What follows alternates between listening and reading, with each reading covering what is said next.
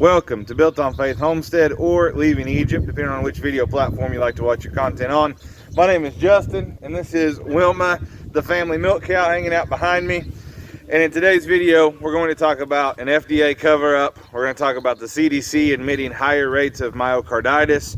We're going to talk about Zuckerberg admitting that Facebook was forced by the establishment to censor debatable and true information regarding the latest pandemic that swept the world. We're going to talk about what impacts mRNA technology may have on our food supply. And we're going to talk about communities that did not comply with the, I'm going to call them the Hopefully you'll know who I'm talking about. Hopefully you'll know who I'm talking about whenever I say those that did not comply with the I once was lost, oh, but now I am found. Was blind, but now I see.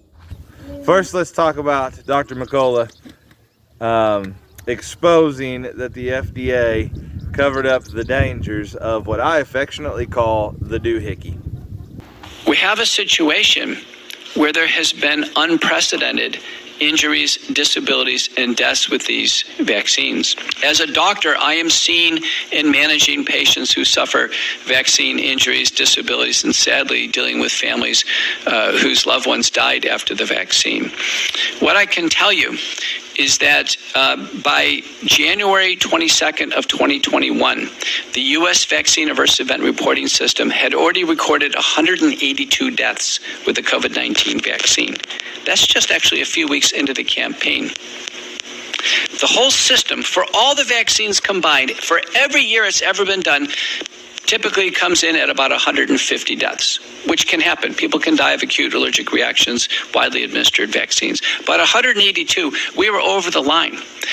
The program was co-administered, and it still is today, not by a separate vaccine administration committee or organization, but is co-administered by the FDA and the CDC. Neither of those two agencies have any historical experience in administering a big vaccine campaign. Neither should they. The FDA is supposed to be a separate watchdog on drug safety. The CDC is strictly to do outbreak investigation, data analytics, and in vitro diagnostics. None of them have a role in directly administering a vaccine program. So by conflict of interest, neither one of those organizations was ever going to stop this campaign for safety.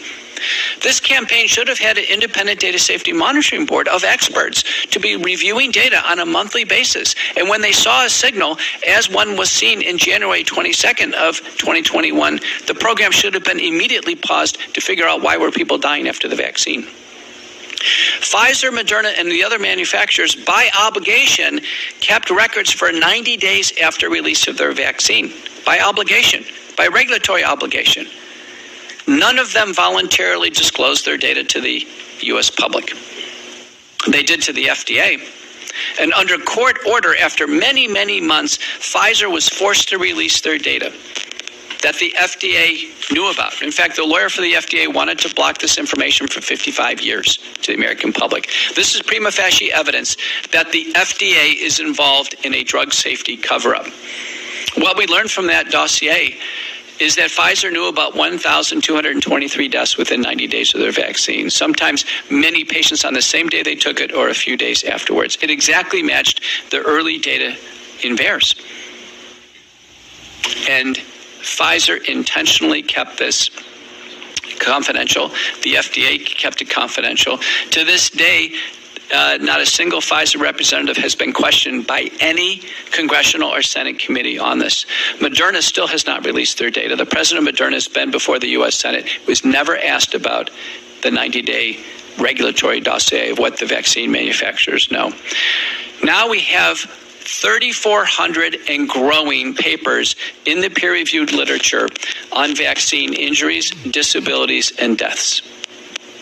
3,400 papers. This is astonishing. So according to this guy, remember, this is not some hillbilly, some tinfoil hat wearing guy.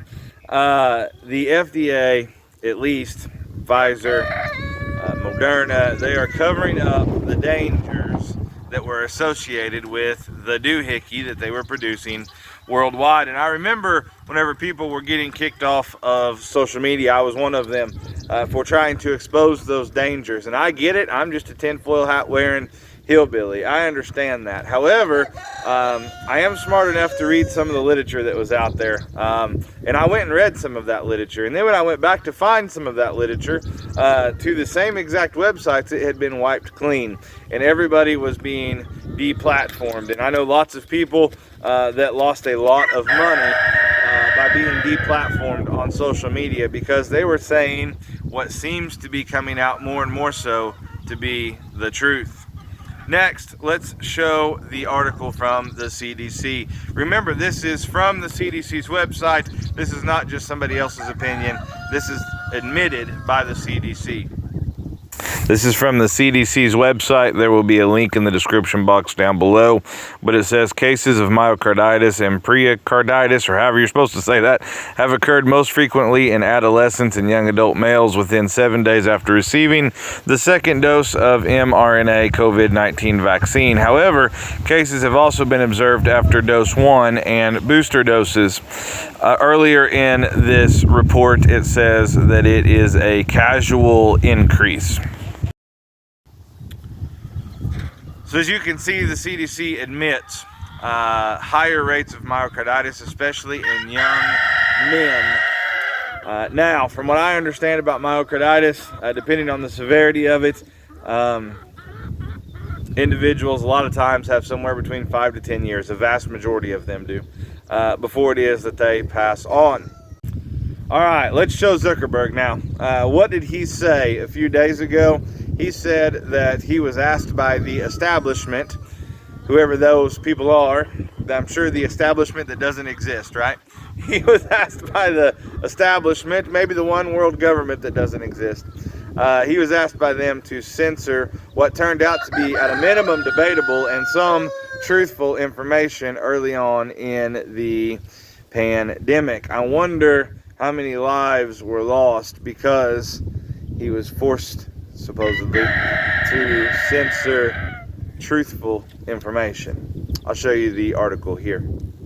This is from Fox News. Once again, there will be a link to the website down below in the description box. But Zuckerberg noticed the establishment encouraged him to enforce these shaky facts, saying they asked for a bunch of things to be censored that, in retrospect, ended being more debatable or true. Let's talk about the dangers. You guys have seen my videos, mRNA lettuce. We've talked about it in the milk supply. We've talked about it in the livestock. Let's see what this guy, who once again is probably not a tinfoil hat wearing crazy hillbilly, red bearded, standing in front of a milk cow. This is a well-educated guy talking about how this could affect our food supply. With the endeavors to put mRNA in our food supply, when you ingest those, is that similar to an injection where it enters your body and becomes part of your problem? December of 2022, Zhang and colleagues from a small Chinese company took a restricted segment of the genetic code for the spike protein, the receptor binding domain, and they were able to stabilize it in an exosome, a phospholipid packet, like a milk bubble. And they actually gave milk through feedings to mice. And with 3 feedings, they were successfully able to immunize the mice. So they proved that messenger RNA crosses the GI tract, and the USDA has an entire array of genetic vaccines that they are in co-development with companies for vaccination of the food supply, both the vegetable and fruits food supply, as well as livestock.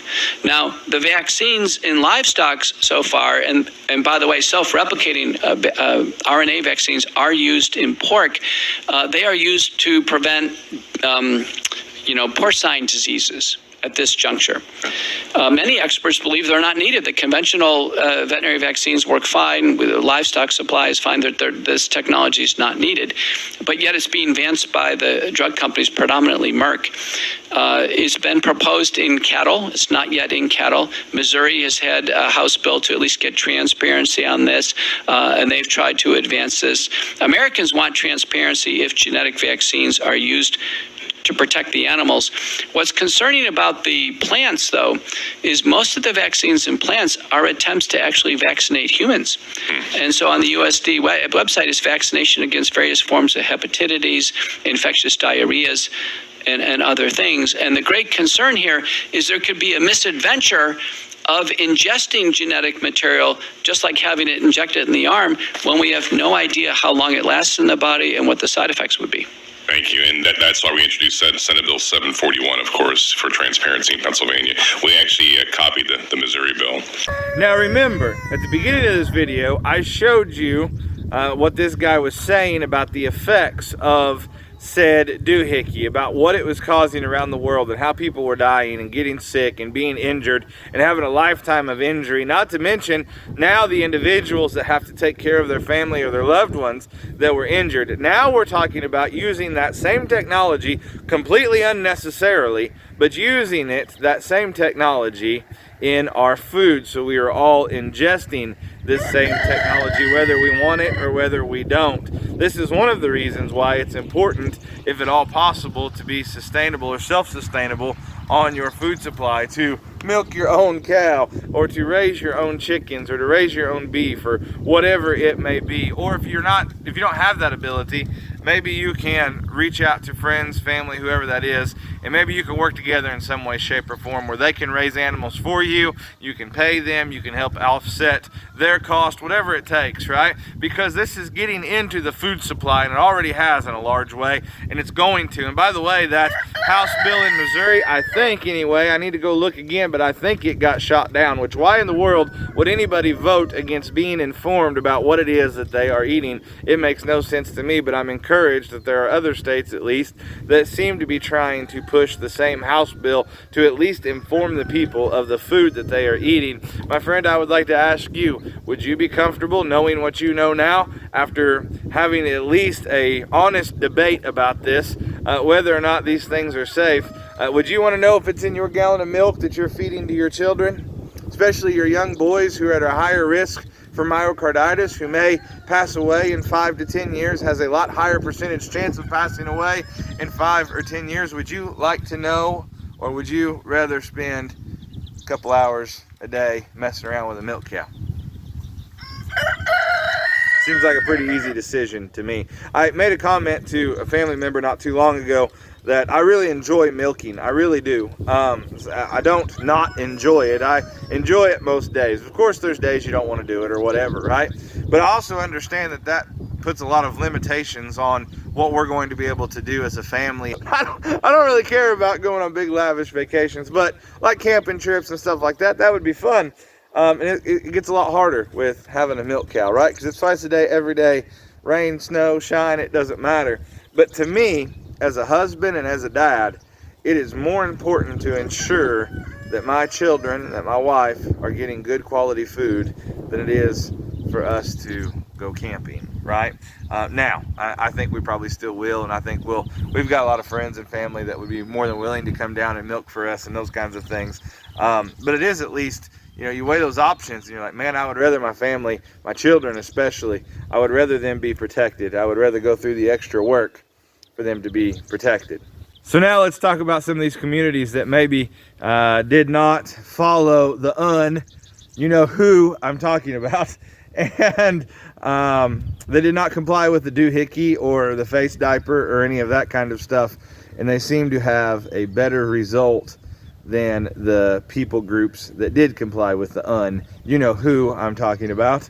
We have the Amish community, which to the best of my knowledge, and I am making an assumption here, I don't think subscribe to the vaccine in any significant way, and then even mask and that sort of stuff. I'm just curious if anybody, and to my knowledge, there were very few of them that passed away from COVID. I think there were some, and again, I'm not expert on it. I'm just curious if anybody is or has talked about studying some of these communities, because they were, it's fairly good group of people there that, there may be some interesting findings that come out of it. It's a great suggestion. I'm going to let my colleague Steve Kirsch address it since he's just interviewed the Amish on his trip here. Let me say there are 3 papers, Subramanian, Kempf, and Beatty, all showing that the least vaccinated countries had the lowest amount of COVID and the lowest number of deaths. Haiti, Ivory Coast, and some of these very poor countries, they couldn't afford the vaccines. They did the best with COVID. The United States, which is a heavily vaccinated country, UK, Australia, and others exceed us, but the United States leads the world in COVID deaths. We're number one in COVID deaths. We're only 1/6 of the world's population. So in an effort to wrap this video up, we understand there has been mass cover-up, there have been mass deception on social media platforms, there has been people knowingly hurting the population, and now they want to introduce all of those things that were hurting the population, they want to introduce them into your food supply. And we know that populations that did not comply with the you know who I'm talking about, those that did not comply, they seem to have better results health-wise than those that did. If you need more reasons to try to raise your own wholesome food, to milk your own cow, or to have your own chickens or your own beef cattle or whatever, I don't know what more it would take to convince you, right? I don't know why you would need more reasons than that. Or if you need more reasons to try to support your local farmers that aren't going to implement these things, or to support your local sheriffs that aren't going to force these different things on their communities, right? We need to awaken to the things that are around us and begin to try the best we can to support our local friends, family members, our local farmers, those that are willing to say, you know what, we're not going to comply with those things. We need to be willing now to step up to the plate and do the best we can to support those. Now, I understand that it may be a little bit more expensive. I understand it may be harder. I understand it may mean you have to wake up a couple hours early every day so that you can milk a cow or whatever it takes. But then I want to ask you, is the effort worth it? That young child that you have raised up, right, that is your offspring, are they worth the extra work? Are they worth the extra effort? For you that are willing to stand up against this on a level in government, whatever it may be, please continue to stand up against it. For those of you that are willing to speak out and to lose your jobs, and nurses and doctors that are all being fired for all of this, for standing up and speaking out, thank you. Thank you guys for being willing to make this sacrifice. And remember, when the next pandemic comes along, let's remember that all of the information being censored and kicked off, maybe you ought to perk your ears up to some of it. And maybe you need to pray and discern and to ask the Lord how it is and what it is you should do. I find it interesting, churches. Can I speak to my brothers and sisters in the Lord for just a minute? You know, the Bible says that we should not forsake the assembling together of ourselves, even the more so as we see the day approaching. What day is the writer of Hebrews talking about? He's talking about the day of the Lord, when Christ returns. We should not forsake gathering together, even more so as we see the return of Christ coming. You know, the crazy thing about that is we are given some descriptions of what the world's going to be like shortly before the return of Christ. And one of those descriptions is that there will be pestilence running rampant across the world. Yet we are still instructed to gather together. The world says stay 6 foot apart. The Bible says anoint each other with oil and lay hands on each other and pray for one another. I appreciate you guys watching. We will catch you on the next video.